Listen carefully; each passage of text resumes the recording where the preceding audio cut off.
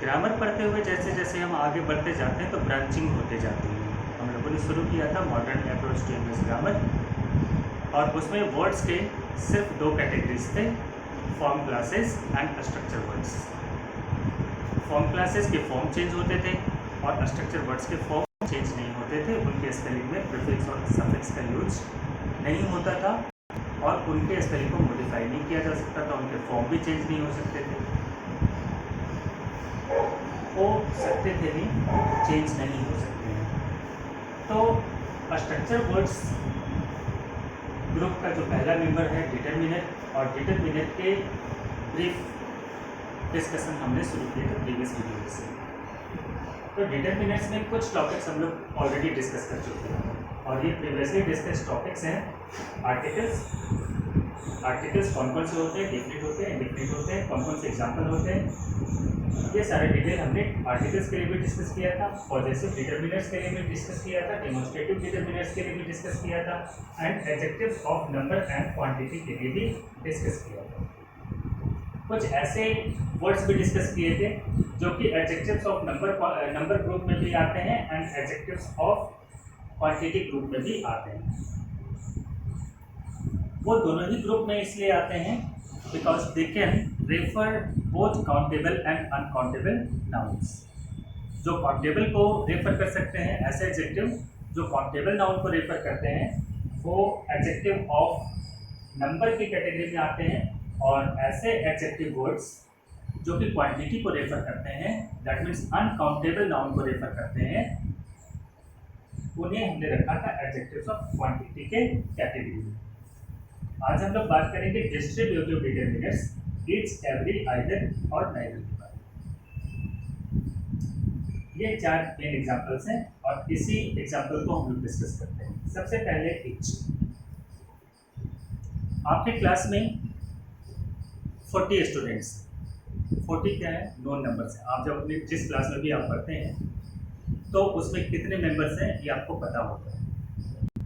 तो जब हमें काउंटिंग पता होती है, when we know the exact counting of person or things, तो उसे रेफर करने के लिए हम लोग यूज करते हैं ईच का। जैसे हम लोग बोलते हैं 40 students were present in the class, each student had completed their homework. अब हमें क्लास में कितने स्टूडेंट हैं ये पता है, उनकी एग्जैक्ट काउंटिंग पता है, तो उसमें से प्रत्येक को रेफर करने के लिए 40 में से 40 को अलग अलग रेफर करने के लिए, not in the group but आप उस ग्रुप में, क्लास में 40 स्टूडेंट हैं तो उस 40 में से प्रत्येक, हर एक अलग अलग इंडिविजुअली, हर कोई ऐसे सिचुएशन को रेफर करने के लिए हम लोग ईच का यूज करते हैं। जैसे अभी जो मैंने एग्जांपल किया था उसको फिर से रिपीट करता हूँ। In your class there are students, you know the number of students because that's your class. मान लो आपके क्लास में 40 students, that means counting of the students is known. जब काउंटिंग हमें पता होता है तो उसे रेफर करने के लिए हम लोग ईच का यूज करें।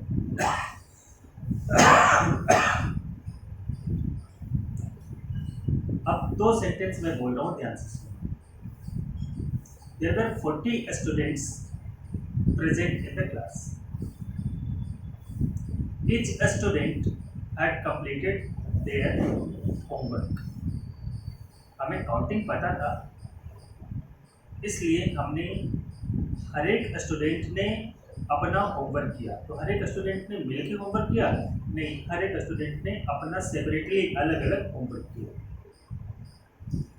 तो उस क्लास के प्रत्येक मेंबर को, हर एक इंडिविजुअल मेंबर को रेफर करने के लिए, उस क्लास के हर इंडिविजुअल मेंबर ने अपना अपना होमवर्क कंप्लीट किया था, इसे रेफर करने के लिए हम लोगों ने ईच का यूज किया।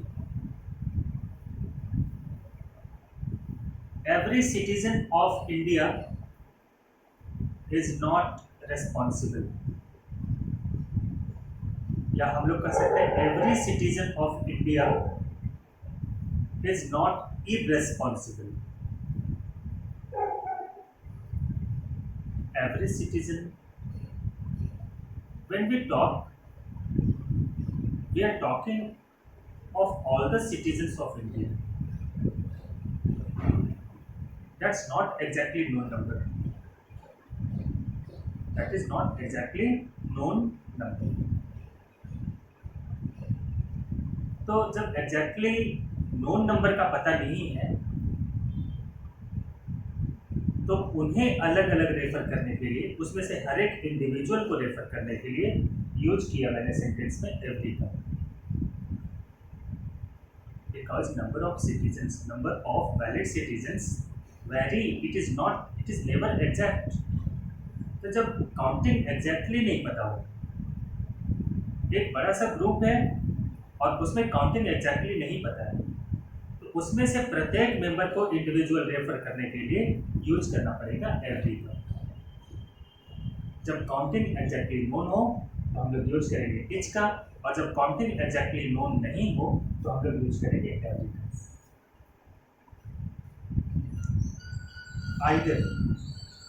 आइदर का यूज होता है दोनों या दोनों में से एक, डिपेंड करता है। You can use your either hand. Either hand का मतलब दोनों में से कोई भी हाथ का यूज कर सकते हो। You can use your either hands. आप अपने दोनों हाथों का यूज कर सकते हो। ठीक है, it depends upon the situation. Either को एग्जैक्टली सिचुएशन के आधार पे ही हम उनको इंटरप्रेट कर पाते हैं। आइदर मीन्स दो हैं और दोनों में से दोनों। You can use either hands. तुम अपने दोनों हाथों का यूज कर सकते हो या अपने दोनों हाथों में से कोई का भी यूज कर सकते हो, लेकिन हाथ दो ही हैं। ध्यान से देखना, हाथ दो ही हैं। ठीक है, दैट मीन्स आइदर जब भी रेफर करेगा तब एग्जैक्टली दो नंबर होना चाहिए।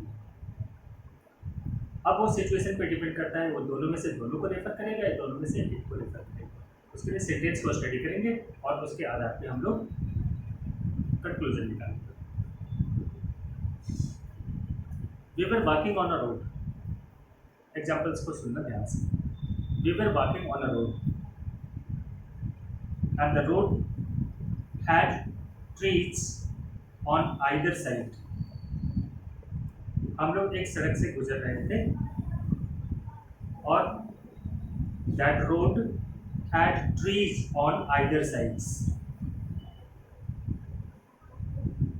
तो उनके उस जिस रोड पे हम लोग जा रहे थे उसके दोनों ओर, आइदर साइड, इस साइड भी और इस साइड भी, दोनों तरफ पेड़ लगे।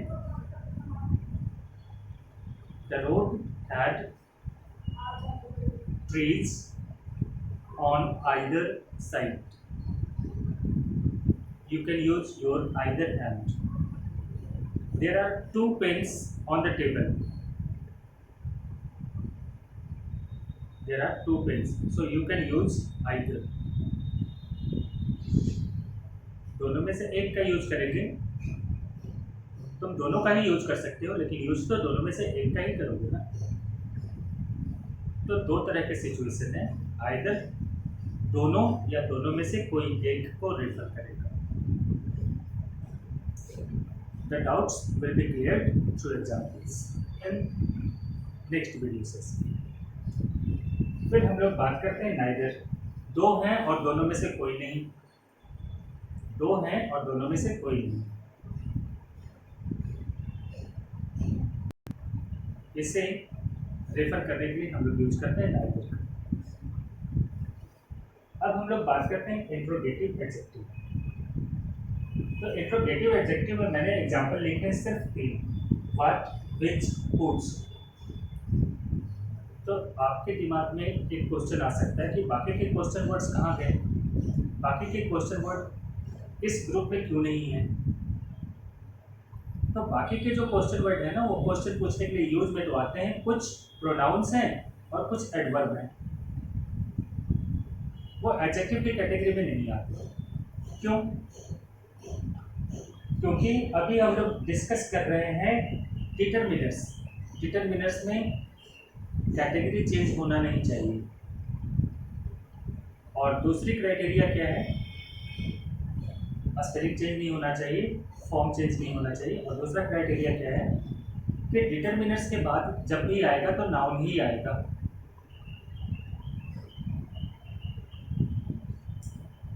वाट के बाद नाउन का यूज किया जा सकता है और वाट के बाद नाउन आता है। तो जब वाट के बाद if this word what is followed by a noun then it is interrogative adjective. If what is not followed by a noun, तो इवन ये वर्ड भी प्रोनाउन के ग्रुप में चला जाता है। एडजेक्टिव तभी होगा if it is followed by a noun. What accepts noun after it? So what is kept under this category? Which के तुरंत बाद नाउन का यूज कर सकते हैं डिफरेंट सेंटेंसेस में। तो विच में ये क्वालिटी है that it can accept noun after it, just after it, which is followed by noun, and when which is followed by noun then it is determiner and then it comes in group of adjective. बहुत सारे ऐसे word मिलेंगे जो pronoun के category में भी हैं और एडजेक्टिव की भी कैटेगरी में है। उनका डिफरेंस क्या है? What is the difference, main difference? If this example, what, is followed by a noun, then it is adjective, and if it is followed by any other kind of word, then it goes into the group of pronoun. Same is which. Which के बाद, अगर which के तुरंत बाद आने वाला word अगर noun है, तो ये which इंट्रोगेटिव एडजेक्टिव होगा, अदरवाइज ये इंट्रोगेटिव प्रोनाउन के ग्रुप में चला जाएगा। हुज के साथ भी सेम सिचुएशन है। तो व्हाट, विच और हुज, ये तीन ऐसे वर्ड हैं जिनके ठीक बाद हम नाउन का यूज करते हैं, कर सकते हैं, और अगर इनके ठीक बाद आने वाला वर्ड नाउन होगा तो ये इंट्रोगेटिव एडजेक्टिव्स के ग्रुप में होगा। यही रीजन था कि इंट्रोगेटिव एडजेक्टिव्स में सिर्फ तीन ही वर्ड को रखा है। For what quality, they can accept noun just after them. A noun word can be placed just after them, so they are interrogative adjective. अब हम लोग बात करेंगे other determinants की। अभी तक हम लोगों ने जितने भी एग्जाम्पल्स देखे they were all single word examples. अब हम लोग बात करेंगे कुछ फ्रेजेस की, और ये सारे फ्रेजेस भी फ्रिक्वेंटली यूज में आते हैं डिटरमिनर्स की जगह पे।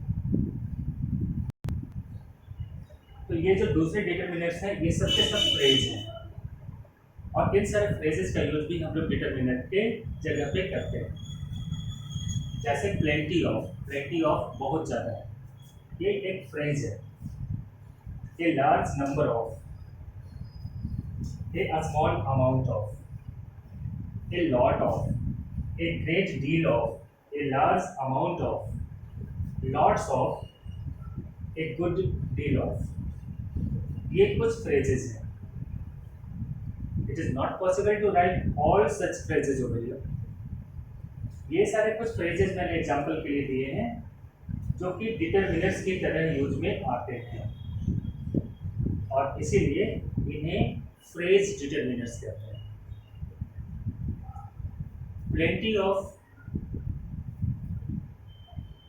ये जितने भी यहाँ पे एग्जाम्पल देख रहे हैं एक एक करके फिर से उन्हें रिपीट करना जरूरी है।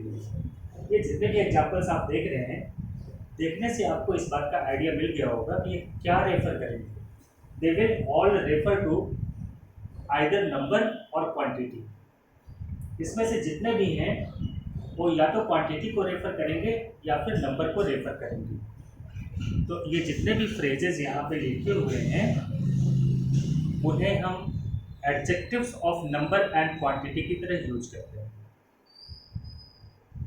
तो आज के वीडियो लेसन में ये जो डिफरेंट कैटेगरी डिस्कस किया मैंने और उनके जो डिफरेंट एग्जाम्पल्स डिस्कस किए, इन्हें केयरफुली नोट डाउन करेंगे, रिवाइज करेंगे, जिसमें कि वक्त पढ़ने पे ये आपके ब्रेन में और आपके इम्प्लीमेंटेशन में यूज में आ सके। नेक्स्ट वीडियो लेसन तक हैव अ नाइस टाइम।